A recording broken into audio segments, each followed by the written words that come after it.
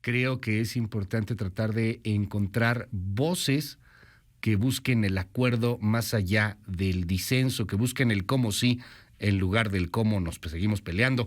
Gracias, Rosalía, por tomarnos la comunicación. Muy buenos días, un honor platicar con usted. ¿Cómo está? Buenos días, Luis. Un saludo muy cordial a usted, a todos quienes nos están escuchando, a ese querido país de México. Me ha emocionado mucho el reportaje que ustedes han hecho y por eso tal vez mi voz suena así emocionada, recordando eventos que ocurrieron hace más de 20 años y las luchas que me ha tocado, porque cuando hablamos de la participación de la mujer siempre nos toca luchar duro. Nada nos viene gratis, así del cielo. Y por ello me emociona mucho ese recordatorio que usted acaba de hacer con tan buen sentido y tanto profesionalismo. Muchas gracias. Al contrario, Rosalía Arteaga. Yo quiero comenzar preguntándole a usted, bueno, primero, ¿qué es esto de la Secretaría General Iberoamericana y qué importancia tiene en el mundo que estamos viviendo hoy día, en donde pareciera que no nos escuchamos? Por ejemplo, donde pareciera a veces que Venezuela y Colombia no se pueden escuchar, ¿no? O sea, de pronto, por citar un ejemplo de lo que está pasando en la región, o que en el Perú hay mucha gente muy preocupada porque dice que se está radicalizando hacia un lado y que en el Brasil se está radicalizando hacia otro. ¿Qué es la Secretaría General Iberoamericana y sobre todo en el marco de estas polarizaciones continentales que estamos viviendo, Rosalía Arteaga? Sí, esta secretaría se creó hace un poco más de 30 años para dar seguimiento a las cumbres de los países iberoamericanos, es decir, los países que en los dos lados del océano hablamos o español o portugués. Por eso es lo de iberoamericano. Es un mecanismo del multilateralismo que precisamente busca los consensos, busca generar espacios de diálogo entre los países. Yo creo que hasta ahora lo ha mantenido porque no se han dado dentro de la CEGIP esas polarizaciones que se ven en otras organizaciones, en otros organismos internacionales. Creo también que hay que apostarle y hay que trabajar por aquellas cosas que tenemos en común, no las diferencias, para ello habrá otras instancias, pero para las cosas que tenemos en común, yo creo que sí nos podemos poner de acuerdo.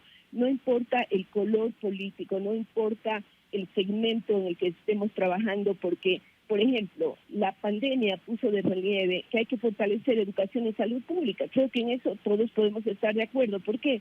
Porque la gente escuchaba en su momento, ustedes estaban haciendo referencia al tema de la COVID y cómo está afectando a México, pero afecta más a los más pobres, es indudable, a las personas que no tienen acceso a hospitales, que no tienen acceso a medicamentos, que se mueren porque no pueden encontrar una cama para ser atendidos en cuidados intensivos. Y en el caso de educación, yo pienso que México estará padeciendo lo mismo que padecemos en Ecuador y en el resto de América Latina, que tiene que ver con la falta de acceso de los niños y los jóvenes a computadores u ordenadores, como quiera que se llamen, a conectividad. Los profesores no están capacitados para dictar clases online. Todo ello va en detrimento de la calidad de vida de las personas. ¿Por qué no hablamos sobre estas cosas? Por ejemplo, pensar que la conectividad tiene que ser parte de la canasta básica. Son temas que los podemos impulsar desde la Secretaría Iberoamericana, temas que tienen que ver con salud, con educación, con cultura, con transferencia de tecnología, con temas de igualdad o equidad de género, con temas de derechos humanos. Y me parece que también otro aspecto fundamental de la CEGIP y otro rol importante es servir de puente entre Europa y América. ¿Por qué lo digo esto y por qué es tan importante? Estamos asistiendo a una polarización en el mundo. Estados Unidos y China se están disputando la hegemonía global. Europa sola no va a poder hacer frente o ser ese fiel de la balanza. Pero si hablamos de 700 millones de personas, un poco más de 700 millones de personas, que conformamos la comunidad iberoamericana, con países gigantescos que son casi continentales como México, como Brasil, como Argentina, que reunimos la mayor biodiversidad del planeta, que tenemos recursos extraordinarios, pero al mismo tiempo grandes asimetrías entre nuestras poblaciones. Me parece que hay muchísimo para trabajar y allí podemos ir e incidir como en el caso de llegar a la Secretaría General Iberoamericana. Dígame algo, el mundo ha cambiado de manera radicalísima en los últimos 20 años. a usted le toca más o menos, y corríjame si me equivoco por favor, pero estar al frente del Ecuador, ser la presidenta de Ecuador, en esta etapa de la caída del muro prácticamente, ¿no? Se faltaba, digo, ya se había dado, estábamos entrando en el asunto de la democracia global, estábamos entrando en un mundo interconectado, estábamos entrando en otro momento. Y hoy el gran debate que empiezo a ver en distintos organismos internacionales es si pueden convivir, por ejemplo, dos sistemas tan disímbolos como es la dictadura o regímenes un poco totalitarios o regímenes más bien autoritarios con regímenes democráticos, algo que se debatía aquí en México hace poco en el marco de la famosísima CELAC que causó tanta controversia invitando a un Nicolás Maduro, por ejemplo. ¿Qué opinión le merece eso y qué reflexión nos hace de este mundo que ha cambiado tanto con usted pues al frente de organismos importantes y de puestos tan importantes?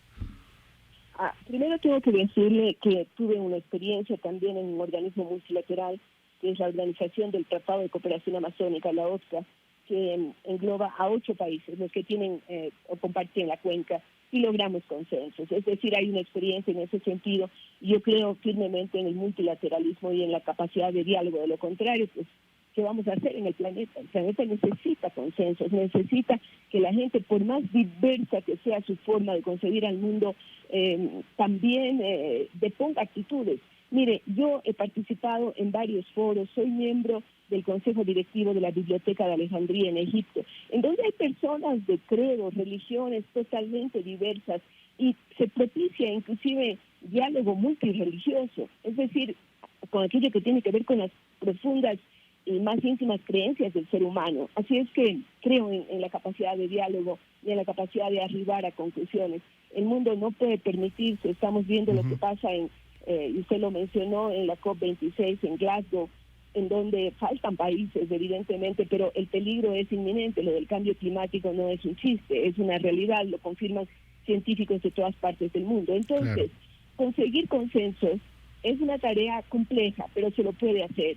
Y también decirle que efectivamente el mundo ha cambiado. Después de la caída del muro de Berlín, se pensaba que ya el mundo era unipolar, es decir, había una sola potencia que estaba liderando, pero a poco de eso pues empiezan a surgir China, a resurgir Rusia, a presentarse las famosas economías emergentes, los famosos BRIC, con un peso poblacional enorme, India y China. Sabemos que India en breve estará sobrepasando en población a China. Yo tengo la oportunidad de trabajar con sectores de la India.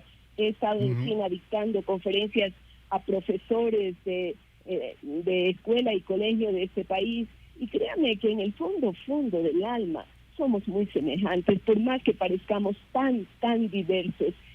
Por supuesto hay que respetar esa diversidad, pero al mismo tiempo hay que trabajar en conceptos que nos puedan unir. Así es que realmente yo llevo una agenda rica en propuestas, pero también rica en decir hay que sentarse a dialogar. Y usted mencionó el tema de la democracia, que no lo puedo dejar pasar por alto. Sí. Efectivamente, en el mundo entero la democracia está en crisis, en el mundo entero, no solamente en América. Y también hay que pensar en que tal vez no lo hemos hecho de la mejor manera, en que tal vez aquello que nosotros concebimos como la democracia occidental, y esto me lo hacían reflexionar en diálogos en la Biblioteca de Alejandría, no es la única propuesta, que hay que buscar y ser creativos, ¿no? Y yo creo que allí podríamos abundar larguísimo, pero no quiero cansarle, en propuestas que tienen que ver con cómo fortalecer la democracia desde los orígenes. Y en los orígenes la clave está siempre en la educación. Tenemos que formar no solamente con conocimientos, lo decía hace poco en un foro en España, tenemos que hacer que los jóvenes salgan como buenos ciudadanos, buenas ciudadanas, no solamente como buenos profesionales que terminan el proceso educativo. En ese marco le pregunto, y citando, o sea, por supuesto, el debate tiene que estar siempre abierto, el libre pensador debe de entrar siempre a un debate de los distintos modos de gobierno que pueden llegar a obtenerse, pero ¿a poco pueden convivir?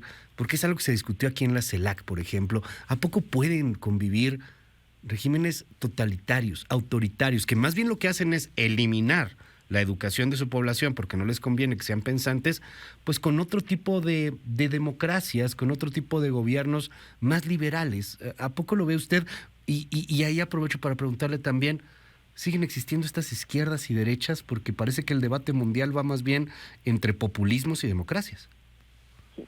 Mire, los debates van a ir modificándose y evolucionando conforme la mente de los seres humanos también evoluciona y cambie.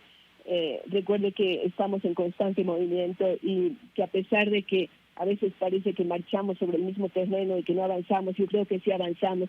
Solamente la riqueza de la tecnología, por ejemplo, nos puede decir cuánto avanza el ser humano. Solamente la capacidad de amor y de comprensión que puede tener el ser humano nos puede decir hacia dónde vamos como planeta, hacia dónde vamos como humanidad. Pero volviendo al territorio iberoamericano, que es al que aspiro de alguna forma a liderar con esa secretaría que va a elegirse el 26 de noviembre próximo en República Dominicana, yo aspiro que podamos poner nuestro espacio a disposición del diálogo entre todos los sectores. Y vuelvo a insistir, la clave es buscar qué tenemos en común. Porque probablemente si nos ponemos a pensar en los conceptos de democracia, no democracia, populismo, izquierdas, derechas, no vamos a avanzar. Eso es la realidad. Así no se avanza. Hay que buscar qué tenemos en común. ¿Cómo podemos tocar ciertos aspectos como salud, por decir algo? La pandemia, no solamente la caída del muro de Berlín, sino la pandemia nos ha puesto ante disyuntivas tremendas. Inclusive hay quien dice que, claro, siempre hemos hablado temporalmente de antes de Cristo y después de Cristo, y decimos AC y DC. Pues bueno, ahora se empieza a hablar antes del coronavirus y después del coronavirus, ¿no? AC y DC también, haciendo un símil más bien cómico, pero que en todo caso nos demuestra el impacto que esto está teniendo en la humanidad. Por ejemplo, en ese punto, sí. Rosalía Arteaga, y se lo pregunto así directo porque pues es lo que usted estaría enfrentándose siendo secretaria general de de la Iberoamericana, de la Secretaría General Iberoamericana. A ver, hay un mundo antes y después de COVID, totalmente de acuerdo, pero hay países, como el caso mexicano o el brasileño, que trataron muy mal la pandemia, que fueron anticiencia, que fueron negacionistas, los mismos presidentes negacionistas. Yo sé que usted lo que busca en estos momentos son consensos y que está también pues buscando ser la secretaria general de la Secretaría General Iberoamericana, pero qué difícil poder llegar a un consenso entre quien no cree en las vacunas o que dice que las vacunas te generan VIH, ¿no? Qué horror, qué horror. Por eso creo en la educación. Eso es fundamental. Pero también yo tendría dos propuestas en ese sentido. La una, que inclusive la firmé, una propuesta dirigida a Naciones Unidas sobre la vacuna universal gratuita. Todo el mundo debe tener acceso a la vacuna. También tiene que imponerse allí el criterio de cuál es el bien común. Es decir, claro, si yo en un concepto de una economía liberal decimos que cada persona tiene el derecho de decidir por sí mismo, sí, pero usted, por ejemplo, ha visto... Me imagino que en México también hay leyes que le dicen que usted tiene que usar el cinturón de seguridad, ¿sí o no? Sí, claro. Sí, ¿no es cierto? Bueno, eso es, en teoría iría contra su derecho individual, porque usted podría decidir si usa o no usa el cinturón de seguridad, pero está viéndose un bien. El bien le dice que si usted no usa el cinturón de seguridad tiene que pagar una multa. Pues bueno, se están tomando decisiones en el mundo entero en relación a que quien no es vacunado pues no va a poder entrar, por ejemplo, a un espectáculo público. Sí, claro. Y alguien podrá decir, pero está yendo contra mi decisión personal, igual que cuando se le dice a usted, señor, tiene que usar el cinturón de seguridad.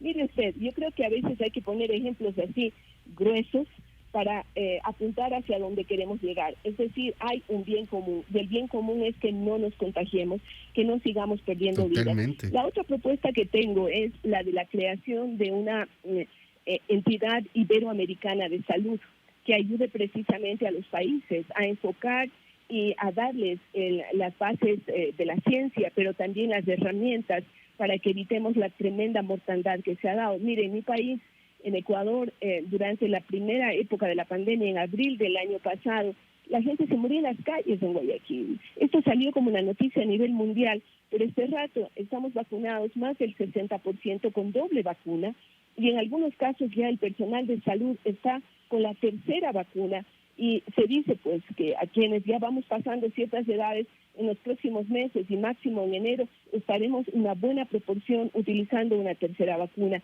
Yo creo que los países podemos hacer el esfuerzo, pero también las comunidades. Aquí se hizo algo que nosotros llamamos en el lenguaje indígena minga, es decir, todo el mundo participó, las universidades, los centros hospitalarios, las empresas vacunando a sus trabajadores en las propias empresas y abriendo los espacios para que otra gente tenga fácil acceso a las vacunas. Yo creo que hay que conversar con la gente y allí es bien importante el diálogo y es bien importante conseguir llegar al corazón de las personas a través de actitudes positivas.